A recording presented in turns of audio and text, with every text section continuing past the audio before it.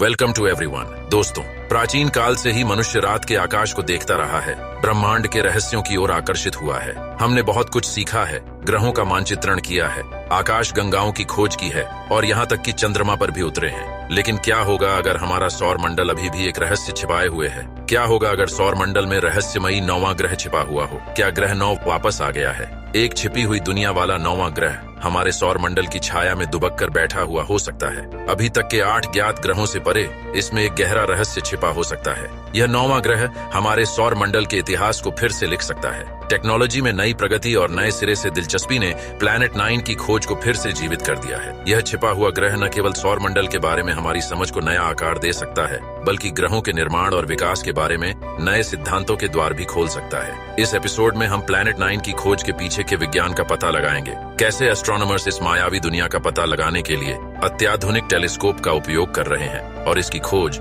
खगोल विज्ञान के भविष्य के लिए क्या मायने रख सकती है। वैज्ञानिक एक रिमार्केबल खोज के कगार पर हैं, जो ब्रह्मांड के बारे में हमारी समझ में फिर से क्रांति ला सकती है। क्या यह 9वां ग्रह वहां है जिसे खोजे जाने का इंतजार था? हमारे साथ जुड़े रहें, क्योंकि हम अपने समय के सबसे बड़े कॉस्मिक रहस्यों में से एक में गोता लगाने वाले हैं। तो बने रहिए हमारे साथ और वीडियो को लाइक और चैनल को सब्सक्राइब जरूर करें। दोस्तों, सौर मंडल हमारा कॉस्मिक पड़ोसी है, जो सूर्य के इर्द गिर्द केंद्रित है। जो ये एक विशाल तारा है जो गर्मी और रोशनी प्रदान करता है। इसमें 8 मुख्य ग्रह शामिल हैं: बुध, शुक्र, पृथ्वी, मंगल, बृहस्पति, शनि, यूरेनस और नेपच्यून। ये सभी सूर्य की परिक्रमा करते हैं। मंगल और बृहस्पति के बीच क्षुद्र ग्रह बेल्ट है, जो चट्टानी वस्तुओं से भरा है। नेपच्यून से परे हम कुइपर बेल्ट पाते हैं, जो प्लूटो जैसे बर्फीले पिंडों का घर है। चंद्रमा कई ग्रहों की परिक्रमा करते हैं और धूमकेतु कभी कभी चमकीले पूंछ छोड़ते हुए गुजरते हैं। सूर्य के गुरुत्वाकर्षण द्वारा एक साथ रखा गया यह विशाल सिस्टम अरबों साल पहले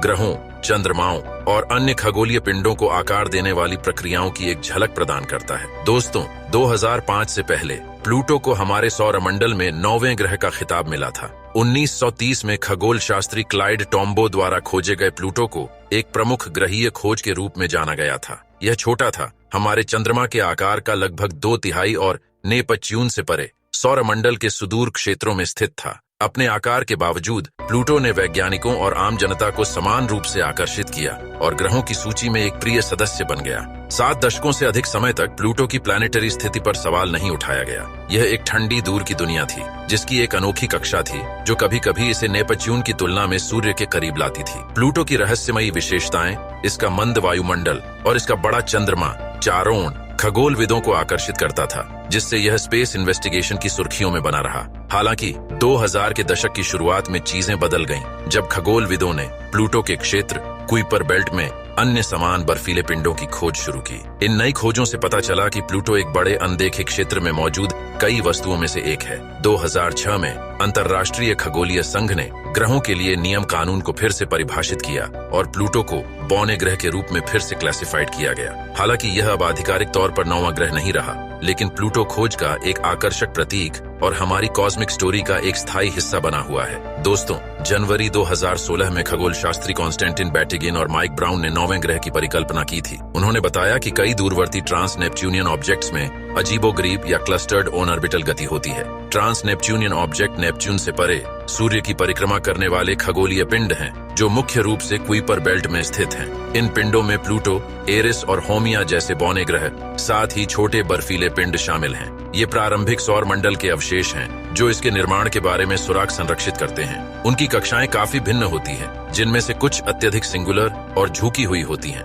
क्योंकि वे बहुत दूर हैं। इस क्षेत्र को बहुत कम सूर्य का प्रकाश मिलता है, जिससे वे ठंडे और निरीक्षण करने में चुनौतीपूर्ण हो जाते हैं। इसका अध्ययन करने से खगोलविदों को बाहरी सौर मंडल की संरचना, ग्रह निर्माण की मूवमेंट और हाइपोथेसाइज्ड प्लैनेट 9 जैसे अनदेखे ग्रहों के संभावित अस्तित्व को समझने में मदद मिलती है। माइक ब्राउन, प्लैनेटरी एस्ट्रोनॉमी के एक प्रोफेसर, जिन्हें प्लूटो को मारने वाले व्यक्ति के रूप में जाना जाता है, इसने कुइपर बेल्ट में एरिस नामक एक छोटी सी दुनिया की खोज की। कुइपर बेल्ट पृथ्वी की तुलना में सूर्य से 50 गुना दूर है, जो खगोलविदों का मानना है कि सौर मंडल के गठन से बचे हुए द्वारा बनाया गया था। नेपच्यून ग्रह से परे स्थित ये ऑब्जेक्ट्स एक बड़े अज्ञात पिंड के गुरुत्वाकर्षण से प्रभावित प्रतीत होते हैं। अनुमान है कि यह ऑब्जेक्ट पृथ्वी के द्रव्यमान से 5 से 10 गुना बड़ा हो सकता है और पृथ्वी और सूर्य के बीच की दूरी से 400 से 1500 गुना अधिक दूरी पर हो सकता है। वैज्ञानिकों ने इसकी खोज की और प्लैनेट 9 का अस्तित्व आज भी मायावी बना हुआ है। वैज्ञानिकों की एक टीम ने एक वैकल्पिक सिद्धांत प्रस्तावित किया है कि प्लैनेट 9 एक ग्रह नहीं है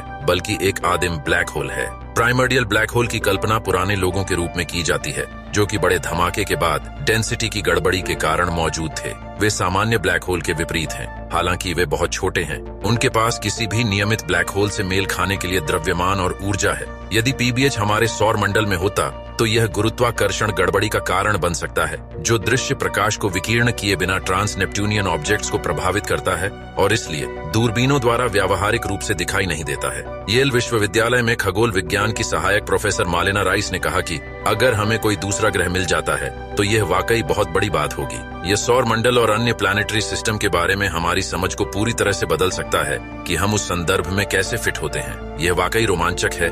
यूनिवर्स के बारे में बहुत कुछ जानने की बहुत संभावना है। प्लैनेट 9 के बराबर संदिग्ध ब्लैक होल जितना छोटा ब्लैक होल का पता लगाना मुश्किल है। ब्लैक होल प्रकाश उत्सर्जित नहीं करते हैं, लेकिन जब वस्तुएं करीब आती हैं तो वे वस्तुओं को खींचते हैं और फ्लेयर्स देते हैं, उन्हें ब्लैक होल के घूमते हुए द्रव्यमान में डुबो देते हैं। वेरासी रूबिन वेधशाला का उपयोग करते हुए हार्वर्ड के वैज्ञानिकों ने प्रस्ताव दिया है कि प्लैनेट 9 एक ब्लैक होल है या नहीं। यह बेहतरीन सर्वे दूरबीन सदर्न स्काई की विस्तार से जांच करेगी, उन चमकों की तलाश करेगी जो यह संकेत दे सकती हैं कि ब्लैक होल कहीं आसपास छिपा हुआ है।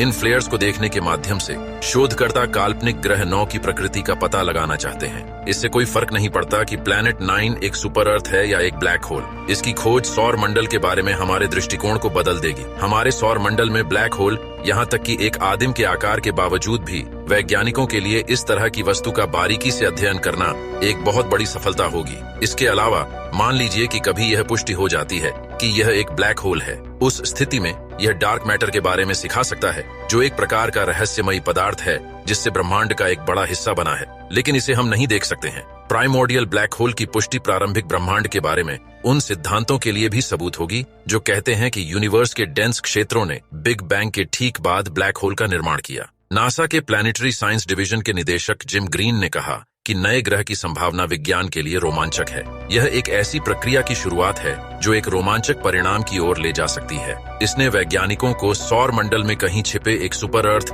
और एक छोटे ब्लैक होल के अस्तित्व के बीच आकाश गंगा संबंधी अटकलों के क्षेत्र में भी डाल दिया। वेरासी रूबिन वेधशाला जैसी तकनीकों की बदौलत वैज्ञानिक यह सोचने के लिए उत्सुक हैं कि अगले कुछ वर्षों में इस रहस्यमयी वस्तु के बारे में उत्तर मिल जाएंगे। अगर यह पुष्टि हो जाती है कि ग्रह 9 एक ब्लैक होल है तो ये हमारे सोलर सिस्टम के पिछवाड़े में एक नया अध्ययन क्षेत्र होगा। दोस्तों, यदि प्लैनेट 9 मौजूद है तो ये हमारे सौर मंडल के निर्माण और विकास पर प्रकाश डाल सकता है। यह ब्रह्मांड में अन्य प्लैनेटरी सिस्टम के अस्तित्व के बारे में भी सुराग दे सकता है। इस मायावी ग्रह की चल रही खोज ह्यूमन क्यूरियोसिटी और नॉलेज की हमारी अथक खोज का प्रमाण है। इसके आसपास का रहस्य न केवल ग्रह के बारे में बल्कि गुरुत्वाकर्षण, ऑर्बिटल मैकेनिक्स और इस तरह की दूर की वस्तु की संभावित उत्पत्ति के बारे में हमारी समझ के बारे में भी सवाल उठाता है। यदि पाया जाता है तो यह कुछ कुइपर बेल्ट की असामान्य कक्षाओं की व्याख्या कर सकता है। अभी के लिए खोज जारी है। चाहे हम प्लैनेट 9 के अस्तित्व की पुष्टि करें या नहीं, इन्वेस्टिगेशन की यात्रा नई इंसाइट और टेक्नोलॉजी के द्वार खोलती है